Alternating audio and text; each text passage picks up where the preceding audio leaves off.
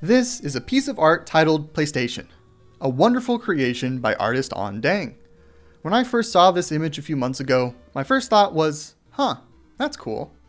And my second thought was, wait, I could build that. And the idea has been firmly lodged in my head ever since. There's only one way to get it out of here. I need to speed up the course of nature and carcinicize a PS1 myself.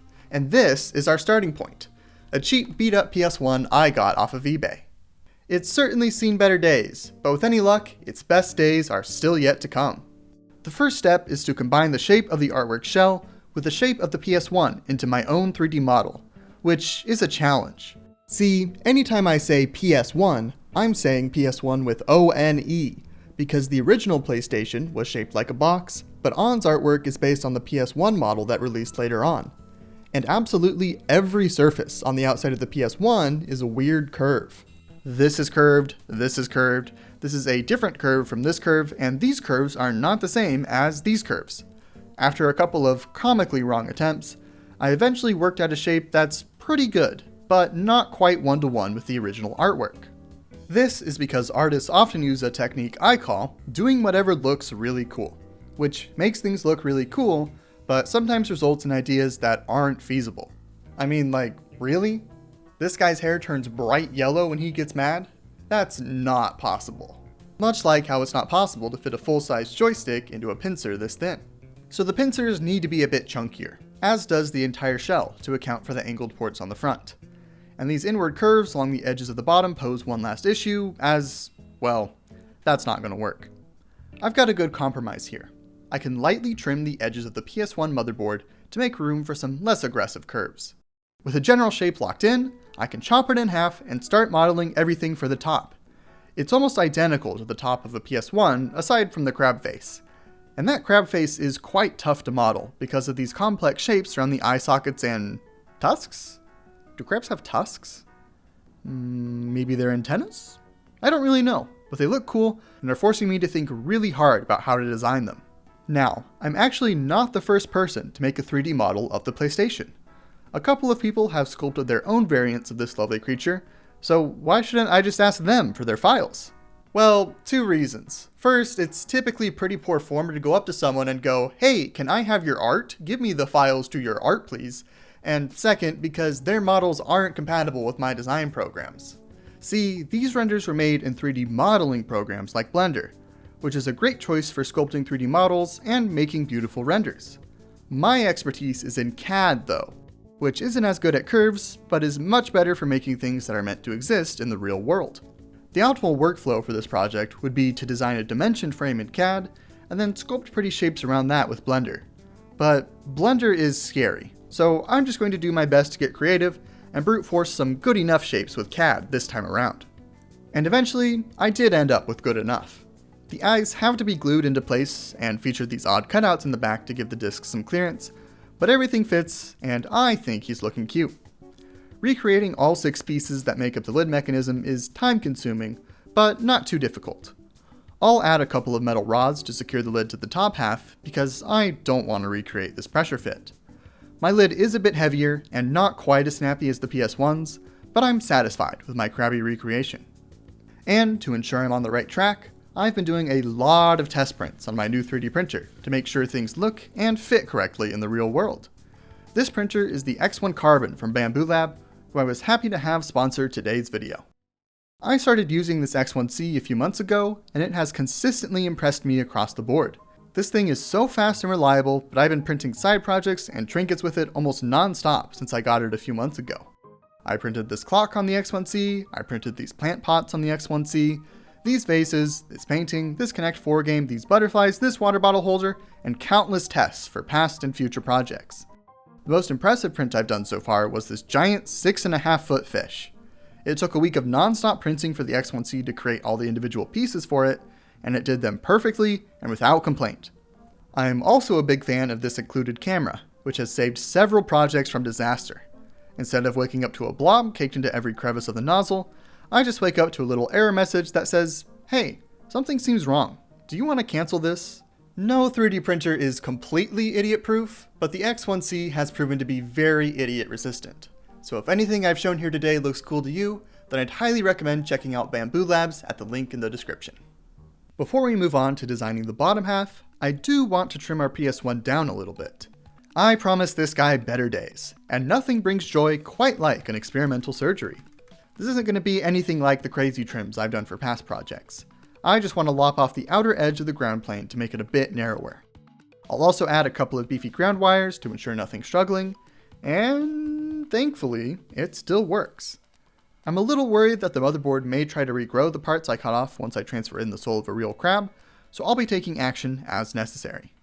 The bottom half is blessedly simple compared to the top.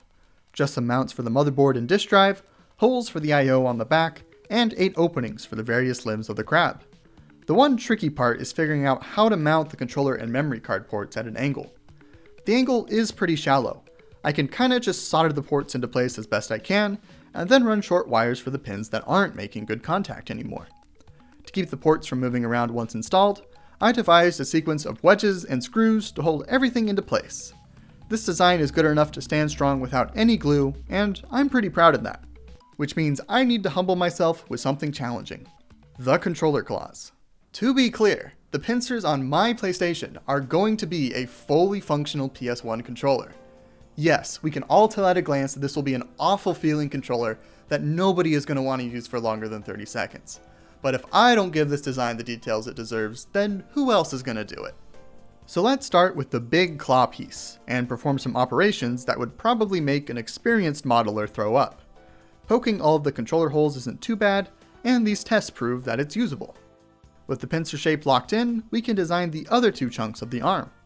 Each segment has a hollow cylinder that fits into the groove of the next piece, and with some slight tweaks, things are at a point where the friction of the plastic keeps the arm nice and posable, even against the force of gravity. This last joint at the end is a ball and socket joint so that the crab can lash out at small children with 360-degree coverage. Now, I typically use PLA filament for just about all of my 3D prints because it's easy to work with, but tight joints like these benefit from a more resilient material like PETG. To get the controller wires to run all the way through each piece of the arm, I'm using what I call the poles and holes system. Each piece of the crab has a pole or 2 inside of it for wrapping the wires around when the system is at its longest. This way, when the crab bends, the slack should all just go around the pole a bit and not clog up any of the moving mechanisms. You could definitely break this system if you tried hard enough, but I haven't managed to accidentally break it yet, and that's really all I need for a one-off project like this. Now that the left arm is finished, I need to painstakingly redesign all of those parts exactly the same way for the other half of the controller. Or I could use the mirror button, flip everything in just a few seconds, and then swap out the D-pad for face buttons. All that's left now are a variety of odds and ends, like the triggers for the crab arms, the 6 little legs around the corners of the console, and a variety of internal mounts and posts to make sure everything fits together. And now this might just be a PlayStation. Now look, if I just spent 80 hours modeling a silly case, then I should probably spend a little more time modding our PS1 to make it into that best version I promised. There's a lot of different mods out there, so let's start with some potential alternatives to loading legitimate discs. Now, let me make one thing very clear. Digital piracy is as morally repugnant in my eyes as serial murder, especially if it's for 30-year-old games that can't be purchased anymore. You should spend $100 for that 5-hour gaming experience, because removing that copy from circulation makes it harder for the youth to get their grubby hands on the game and fall in love with it. And gatekeeping? That's what video games is all about. But, hypothetically, if you did want to run backups of your PS1 games from an SD card, there are 2 good ways to do that. Unfortunately for me, one of them would require a very intensive install, and the other mod chip replaces the disk drive entirely. I'm not willing to give the disk drive the axe on this project. Not because I think a disk drive is important for authenticity, or that it's a perfectly reasonable inclusion for my first project that isn't portable, but solely because Rikenzu Plays was very unhappy when I removed the disk drive on my last 8 projects. Now, keeping the disk drive means we only have one other option: going old school. There are a variety of simple and cheap mod chips that bypass the DRM protection on the PS1, so you can use any CDs you please. These mod chips are less than $10, and a stack of 50 discs is like 12, so it's a very budget-friendly option. The one downside to this system is that it does expose my terrible handwriting, so be warned that any mockery in my comment section will be met with appropriate retaliation. Now, you can get around the piracy protections with a custom memory card that has a special image flash to it, but I found this method to be slow and kinda inconsistent compared to the 6-wire mod chip. But that custom memory card will still be very handy. The one I chose to build is called Pico MemCard Plus, which lets us easily swap between 100 different emulated memory cards. It costs less than $15 to assemble this one, which is pretty good considering that official PS1 cards tend to go for around $10. I don't love any of the existing Pico MemCard shells, so I'm going to model a nice beach themed shell to match the rest of our project. The multi-material AMS system on the X1C lets me print off pieces in multiple colors without ever having to swap the filament by hand. It's a real lifesaver. For my controller solution, I Frankensteined 2 worn out PS1 controllers into one controller that feels, okay. I also tried out this 8-bit DOE adapter, which allows you to connect more modern controllers to the PS1, which has been working great. According to Nerds Online, it does add between 10 and 20 milliseconds of input delay, but for now I'll accept the delay in exchange for a controller that feels better in the hands. Besides, if the delay ever bugs me too much, there's gonna be a hardwired controller built directly into my Playstacean. But I do need a way to toggle the player 1 controller signals between the crab grips and the normal port on the PS1, because having 2 controllers connected to one slot doesn't make any game console happy. Thankfully, it's pretty easy to split them up with a component called a multiplexer, which can switch several data lines at once when a single physical switch is flipped. I put together a simple circuit board controlled by a little switch on the back of the PS1 to put it into crab mode. I think I'm the first person to install a crab mode switch on a video game console, so I've filed for trademarks in 180 different territories. Crab mode is mine. And you know what? I think we're finally out of mods to do. Now we need to get every single piece printed out as cleanly as possible and in the right colors. Now look, we have a lot of respect for the blue and gray Playstacian. The team just wouldn't be the same without him. But the orange crab is what truly captured my heart. So orange, mine will be. For the test pieces, I just printed them in whatever orientation was fastest to print. But for the final pieces, I want to find the best angle to print at to hide the layer lines. Filament printers have to do upwards layers in 0.1 to 0.2 millimeter increments, which can look really bad if your part isn't oriented with that in mind. Weird angles like these take longer to print and waste more material on supports, but look better overall. This orientation does make the back and one side of the top piece look a little rough, but the print looks almost immaculate from the angles it'll show off for 99% of its life. To make a perfectly polished piece, I could fill, sand, and paint every single piece of the crab, but that would take so much time, and I've got such a lovely excuse of, it's too cold for spray paint to stick properly right now. So maybe we'll go for it on a PlayStation 2. I'm considering making the insides of the disc lid pink, since we do kinda rip the crab's head off every time we put a disc in, but that seems a bit macabre for a design this cute. For some more appropriate details, I'll ship a few finished pieces over to the game dungeon to have some little decals UV printed onto the lid and buttons. So, we've got 56 total 3D printed parts, 40 of which are unique, a mess of a PS1 motherboard, and 7 different colors of wire. It's time to put it all together. The motherboard slots right into place, and my wedge system holds the ports together perfectly. Now I need to solder a lot of little squishy buttons together and give them all some really long wires to make sure we don't run short before reaching the third-party controller. The right arm is up for assembly first, and it's a pretty painless assembly. My wiring isn't particularly pretty, but that's mostly because I'm just leaving some slack in case some prankster decides to rotate the crab's arm around and around. This process gets repeated on the left arm, and now we're getting somewhere. Our crab mode switch is soldered to the motherboard in a somewhat sketchy manner because I don't really feel like designing a 41st 3D printed part right now. Our disk drive is installed and working properly, unless you hold the case shut, then the discs scrape against the lid. The proper way to fix this would be to tweak and reprint the bottom half, but I also don't want to do that. Instead, I'll 3D print some little rings to put on the top half to smush the disk drive down a little bit more. Yeah, up the count to 41. But you know what? The discs spin properly now. And even better, it looks like our crab controller is functional. But our memory card flaps aren't quite falling into place properly. So now am I going to tweak and reprint the bottom half? No. I'll take an X-Acto knife to the port until things flop into place properly. And be sure to accidentally run the knife along my pointer finger to make the mistake hurt like it should. But now, I think we're all out of issues. Let's screw it shut, because it's time to finally meet the Playstacian in the flesh.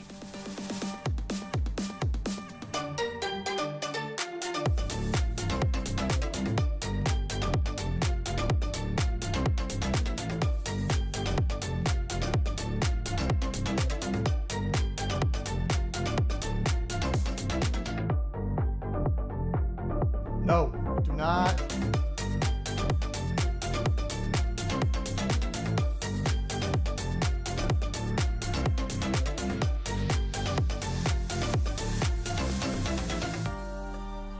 You know, I've got some mixed feelings about this guy. He's just so big and clunky compared to a normal PS1. Some of the little mechanisms still don't work very smoothly, and this crab controller feels so bad to use. You guys are lucky if there's any more footage of me trying to use these in the video. And yet, all of those gripes are so overwhelmingly crushed by the joy I received just from looking at this guy.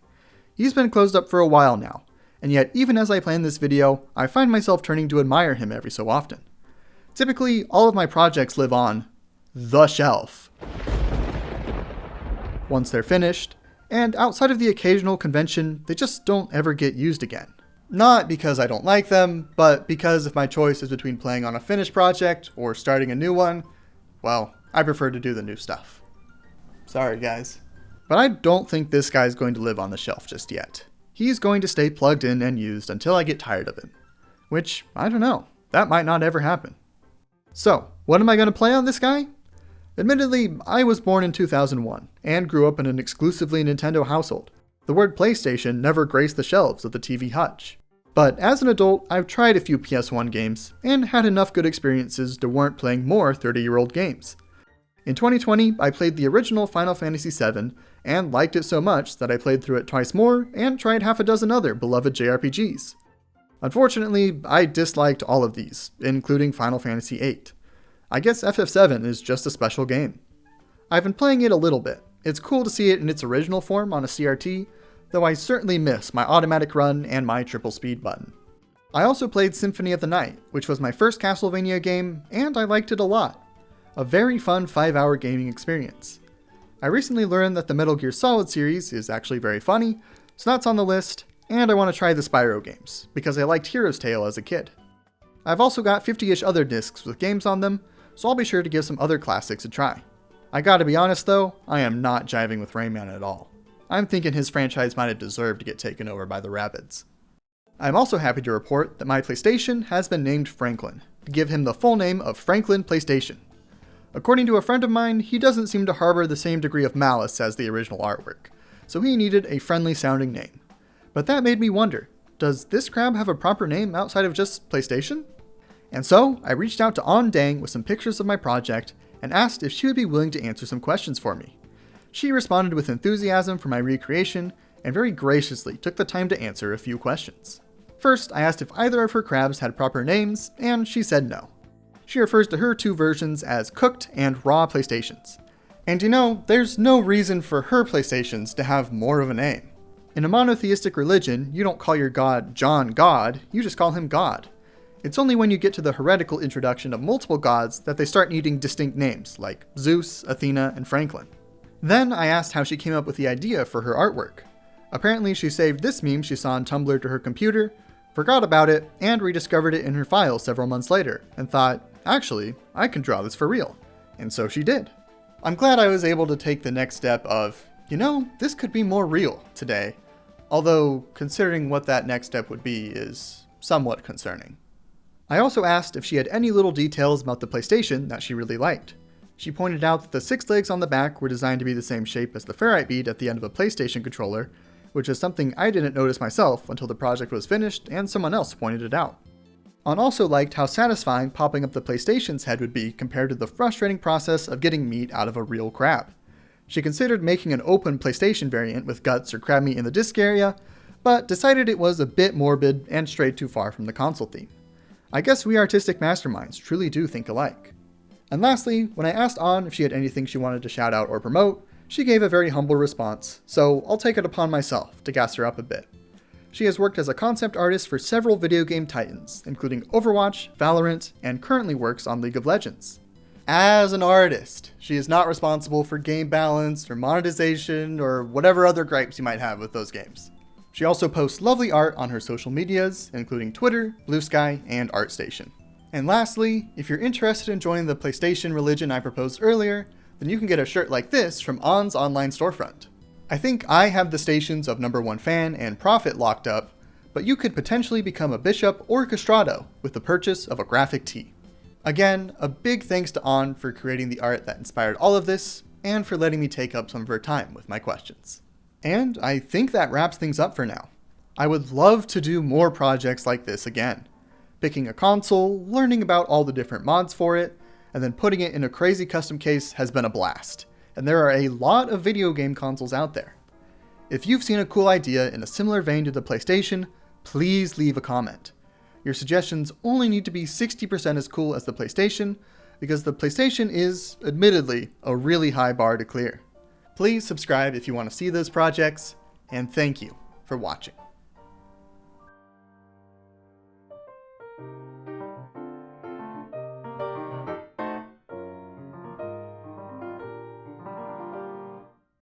Exclusively Nintendo household.